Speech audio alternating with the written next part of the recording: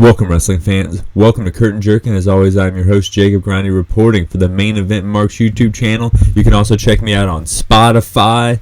And go back and listen to the archives, guys. I put up, I've been good. I've been putting up about, 1 to 3 podcasts a week. So, even I think Collision is 2 podcasts ago, so you can really just binge watch and just catch up on a week or two of wrestling. I did make a mistake, however. I should have paid closer attention to the Logan Paul promo. It does seem like he was kind of cutting a heel promo, which makes more sense to why they would kind of give him that bye, skipping the qualifying matches into the Money in the Bank match to get a little bit more heat.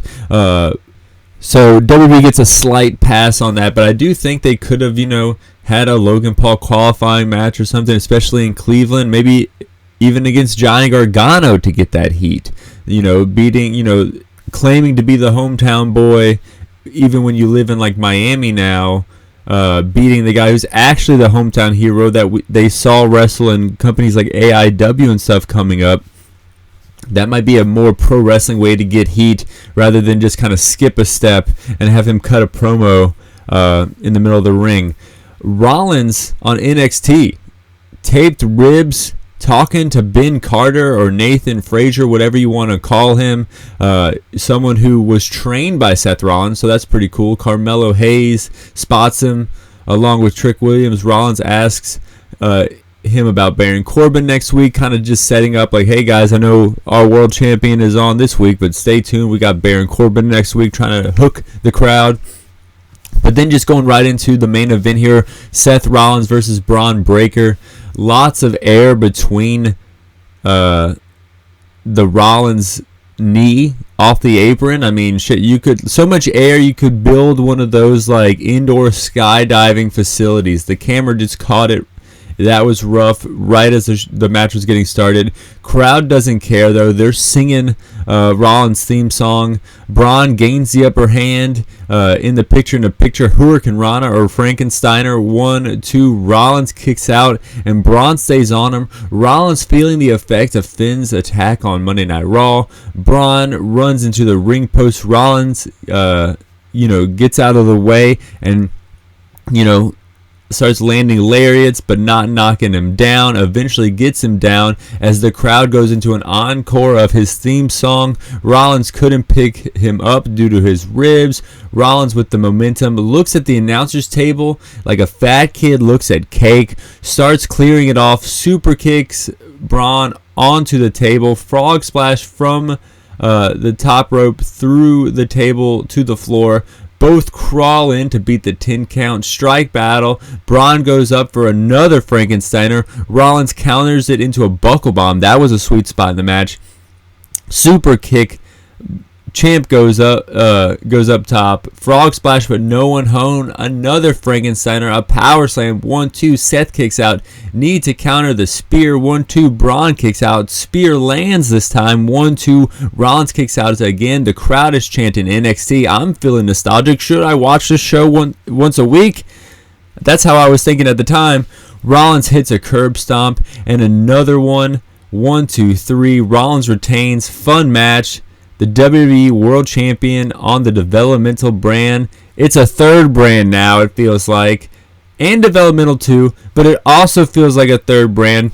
They're bringing on all these stars from WWE main roster because apparently NXT's deal is up. So they're trying to, boost the numbers, and that is resulting in a fun, good show, I think. Finn Balor attacked Seth Rollins again after the match. Other NXT thoughts. I just kind of skimmed through the episode. Dana Brooke looked like she was hurt in storyline.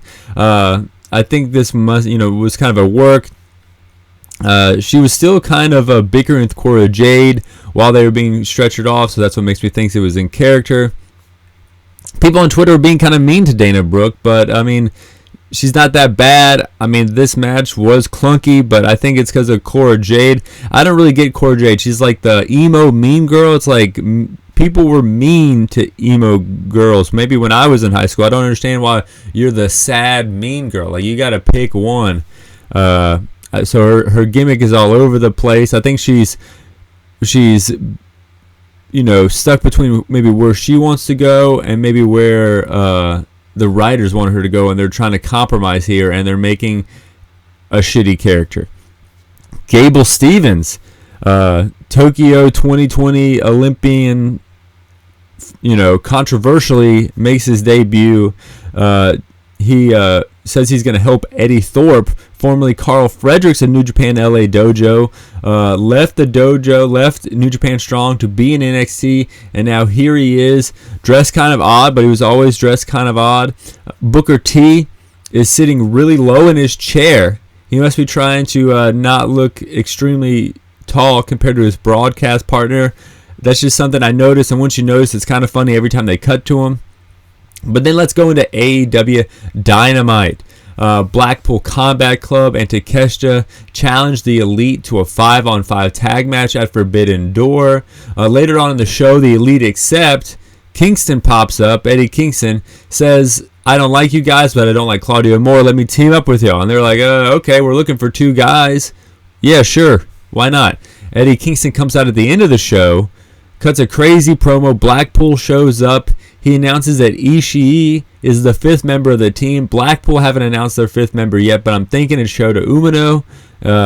So much so that I think they might have even announced it. I might have been looking past it. While they are attacking both Ishii and Kingston, Danielson calls out Okada, and they try to attack the GOAT, but the GOAT counters them and keeps them at bay. The Bucks and Omega were not in Chicago. You can maybe assume why, but I think this makes them look really bad, where the guys that are coming to help them, who came to their aid, who want to team with them after they accepted a challenge, are getting attacked, and they're not there to help them out. I get it. I guess you don't want to be on the show with CM Punk or whatever, but CM Punk was at the beginning of the show. You could have been at the end of the show. This could have worked out. You could have kept the continuity of the entire show alive. I don't know what was happening. I don't know if they weren't there because Punk didn't want them to be there, or they weren't there because they didn't want to be there with Punk. I didn't know if they didn't want to come out and get booed or whatever. Who knows? But I think it's kind of lame that they just weren't there. How they could not figure out how Punk was in the beginning, Punk could leave, and then the Elite could come and do this, spot. Of course, they fly to Chicago just to do a run-in. Yeah, you would, because it's on national TV, and this is the brand that you helped build. But I don't know what's going on. It could be that Punk is being the petty one, and he has the leverage, and he says that he doesn't want the Elite there when he's there. I don't know. I'm not on the phone calls. I'm not in the email chain. I'm not in the group chat. However, it's working out. But going back to the body of AEW Dynamite, they're doing a tournament here where the partners are picked at random and forced to team together in a tournament against a bunch of partners who are also picked at random. Adam Cole comes out pissed at the outcome of last week, calls out MJF. MJF comes out. Tony Schiavone breaks the news that they're a team in this tournament. How funny is that? Then Adam Cole eggs MJF on into wrestling Tanahashi at Forbidden Door, and then MJF kind of realizes that he got egged on again, which I like this kind of way that Cole is doing it. He did it with Jericho, he did it with MJF to get the match, and now he did it here to get MJF to wrestle Tanahashi. So I like it because it makes the heel look foolish and over-emotional, hot-headed, if you will, and it makes the face and Adam Cole look smart and intelligent, which a lot of times it's hard to do that in wrestling with having them both not appear weak, where MJF appears like he's not a coward, but he does feel like he could be called a coward and it would affect him, which I think is pretty cool. They also announced the brackets for the Owen Hart tournament. On the men's side, Punk versus Kojima in the first round. Holy shit, that's a big one. Roderick Strong versus Samoa Joe, 2 former Ring of Honor world champions going at it. I think This means that we're getting Punk versus Joe in the second round because they're on the same side of the bracket. Dustin Rhodes versus Powerhouse Hobbs. Battle of the Spine Busters. Juice Robinson versus Ricky Starks. Blood feud in the first round. You love to see it. But you are fooling yourself if you don't think Punk is going to win this tournament here. Last year they did the tournament where it led into Double or Nothing. This year they're doing the tournament, so they paused it. They paused it for whatever reason, and now they're bringing it back now that Punk is there. And then looking at the tournament, I mean, Punk is the only AEW World Champion in the tournament, and it's going to be on Collision. So that tells me that it's going to be, it's on Punk's show. They moved it so Punk could be on it. This is Punk's tournament to win. The women's bracket, Britt Baker versus Ruby Riott. DMD's taking that one. Anna Jay versus Sky Blue. Sky Blue has got to win that one. But we saw Toni Storm versus Sky Blue last week. Now we're getting Anna Jay versus Sky Blue on this one. Battle of the backside. Clash of the ass. Round 2. Let's go. Nyla Rose versus Willow. Willow will win this one. She's, the champion out of the two. But two behemoths running into each other in the first round. You gotta love that one. Two heavyweights. Athena versus Billy Starks. This tournament does not look as good as the men's bracket. I mean, like the special guest is Kojima in one, and here it's Billy Starks. But I'm going to watch both, of course. I think Britt Baker's going to win 2 years in a row. But going into the matches, ranking every single match from worst to first on Dynamite, before going into my AEW New Japan Forbidden Door predictions. Number 5 out of 5. Hardy Boys versus the Guns. First match, crowd chanting Ass Boys. Jeff in trouble. Hot tag to Matt. Super hot crowd for this match. Matt goes for a pin. Colton puts Austin's foot on the rope. Ref kind of catches him, but not enough to keep the pin going. Austin goes for a pin. Uses the ropes as leverage. Bullet Club Gold show up. Distract the ref. Push Jeff Hardy off the top. 3-10 to Yuma. 1-2-3. The Guns win the match. This match, wasn't bad, but wasn't good. Hot crowd, but, I mean, the body of the match was just kind of like a house show kind of feel to me. But then the real story is what happened afterwards. The Bullet Club attack the Hardys. Ricky Starks shows up. Ricky Starks starts to get jumped. The numbers game here. FDR shows up. They've seen enough. They start to get attacked. Even more numbers game, even though technically it's a 5-on-4 attack at this point, but the Hardys had just wrestled a match, and they kind of get pushed to the wayside. It was interesting how they used the Hardys here, where it was initially them getting attacked, but by the end of it, you forgot it was a Hardys segment because it became a CM Punk segment. Punk comes out on Wednesday, and it's a 4-on-4 match. Starks, CMFTR versus Bullet Club Gold and the Guns on Collision. I guess, the Hardys got the hell out of there. I know, Matt Hardy and CM Punk at least like 8 to 10 years ago legitimately had beef, and then Jeff Hardy and CM Punk in storyline had beef. So I guess it's kind of good to kind of push the Hardys to the wayside here. But you did also set up the Hardys and Bullet Club Gold here, which I think would be a pretty good match. I don't know when that's going to happen. Maybe that happens on Wednesdays, and then Bullet Club Gold feuds with Punk on Saturdays, or however that's going down. But I do know that if you told me like 5 years ago that there's going to be a feud on AEW, and I'd be like, what's AEW? But if there's going to be a feud where CM Punk is going up against the Bullet Club, I would be like, take my money. Of course, it's not the Bullet Club of yesteryear, but this is pretty good shit here. I'm tuning in on Saturday for sure. Number 4, making the Mount Rushmore of this week's Dynamite. Taya Valkyrie and Chris Statlander, the main event. Action spills to the floor. Crowd behind Statlander. Running knee. Michinoku driver 1-2. Taya kicks out. Taya drops Statlander 1-2. Statlander kicks up. Taya goes up top, but gets caught in a superplex off the top. Statlander gets the victory 1-2-3. This match was good, but didn't make the podium. What did make the podium? Jericho, Guevara, and Suzuki versus AR Fox, Action Andretti, and Darius Martin. styles make fights here, I feel like here. Action Andretti and Jericho meet again. AR Fox hits the inverted springboard 450 to the floor. Suzuki lays out Darius Martin. Lion Tamer in the middle of the ring. Jericho taps out Darius.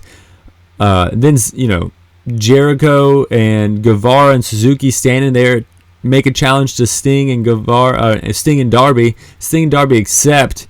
But who's going to be their partner in this 6-man tag? I'm thinking it's going to be none other than Naito. They made a hint that there was beef between these guys already. So that makes you think back to when Jericho was in New Japan. Jericho wrestled Tanahashi. He's already in a match. He wrestled Omega. Omega's already in a match. And that wouldn't be that exciting in the first place. But then you got Naito, like the one big, star from New Japan who hasn't really been talked about yet, right there. And I'm thinking that's what they're gonna do. Naito is gonna team with Sting and Darby Allin, which would be pretty cool. Bronze medal for that match. Silver medal, Jeff Jarrett versus Mark Briscoe in a concession stand brawl. Match started in the concession stand. It was a lot of fun here. It was a lot like The Flash. Whoever's seen that new movie by DC, The Flash, the cameos here made this one. Lots of cameos. Trash cans, tables, mustard, wieners. They're fighting in the concession stands. Someone, looks like a concession stand attendant, squirts ketchup in Mark's face. And it was revealed to be Karen Jarrett, the first cameo. Then a regular attendant just gets the ketchup out of Mark's eyes for whatever reason. Mark climbs a ladder, and then the second cameo, Sanjay Dutt pushes him off the ladder.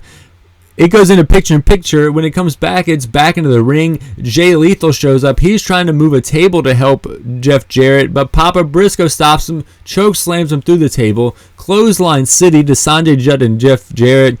Satnam Singh comes out, but the Lucha Brothers and Best Friends cut him off. Roll up 1, 2, 3. Mark Briscoe gets the victory. What a shit show spectacle of an off night of in-ring action, and that's how it gets to be number 2. But number 1, Cassidy and Shibata versus Garcia and Zack Sabre Jr. This match usually would not be number 1. It would be like, in the top 3. It was an off night for wrestling, setting up a lot of shows, setting up a lot of stuff for Forbidden Door and Collision and everything like that. But it is what it is. It is right there. Zack Sabre Jr. and Shibata going at it just like they did in the 15-minute exhibition. That was sick. Garcia dancing, and then Cassidy dances. Cassidy hits the lazy kicks to Zack Sabre Jr. Zack Sabre Jr. catches his foot. I love that shit. So here it is, the guys doing the lazy kicks, the thing that looks ridiculous, and here is the technician showing you that it is ridiculous, and this is how you counter it. You obviously just catch the guy's foot when it's slowly coming at you, and you take him fucking down. Dragon Tamer by Garcia, counter by Shibata. Shibata's got a leg lock. Zack Sabre Jr. Goes for the neck of Shibata. DDT by Cassidy. Garcia and Shibata strike battle. Cassidy held back by Zack. Garcia rolls him up 1, 2, 3. Setting up the 4-way for Forbidden Door. And speaking of Forbidden Door, we got some predictions here. MJF versus Tanahashi. MJF he's going to show up here, and you're not going to beat the champion. That's why Sonata's beating Jungle Boy. Bryan Danielson and Okada. Danielson is taking the L here. Okada is winning this one. I think Danielson is historically unselfish in situations like these, and New Japan booking is historically selfish in situations like these. That's what's weighing and swaying my opinion over to Okada. Will Ospreay and Kenny Omega. Kenny Omega won the first one. Will Ospreay's winning this one. And something's going to happen here where they wrestle in Wembley. That's what I think. I mean, it's a no-brainer. You got Will Ospreay. You got your UK star. And then you got the feud of the year, the potential feud of the year in Ospreay and Omega. So I'm thinking Ospreay's winning that one. Shibata, Garcia, Zack Sabre Jr. and Cassidy. Cassidy's whole gimmick is that he is a fighting champion. You can do a lot to protect all 3 of these guys in this match. Cassidy's going to retain, and I think that Garcia, Shibata, and Zack Sabre Jr., that's more of an ROH pure title division in my opinion, so they might go down to Ring of Honor. The 5-on-5 match, Bucks, Hangman, Kingston, Ishii, versus Mox, Yuta, Takashi, Claudio, and the mystery opponent who probably will be Shota Umino. I think the Elite are winning here. As I'm losing my voice, I'm so excited. You got Suzuki, Guevara, and Jericho versus Sting, Darby, and who I think is going to be Naito. And I'm thinking Jericho wins here, but in a shitty fashion to where you get Jericho and Sting at Wembley. We're all setting up Wembley. Wembley's going to be crazy. Jericho, Sting. You got probably MJF, Cole. You got Ospreay, Omega. CM Punk is going to be thrown in the mix. The Bucks are going to be thrown in the mix. I'm excited about this shit. Fly high. I'm out.